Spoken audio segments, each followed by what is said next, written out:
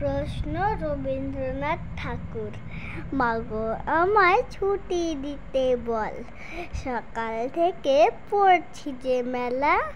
এখন আমি তোমার ঘরে বসে করব শুধু পড়া পড়া খেলা। তুমি বলছো দুপুর এখন সবে, না হয় যেন সত্যি হলো তাই। একদিনও কি দুপুর বেলা হলে, বিকেল হলো মনে করতে নাই।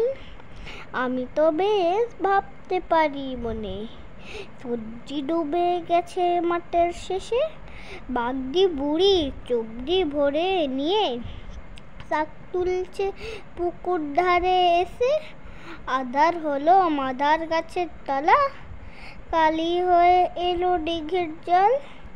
হাটের থেকে সবাই এলো ফিরে, মাঠের থেকে এলো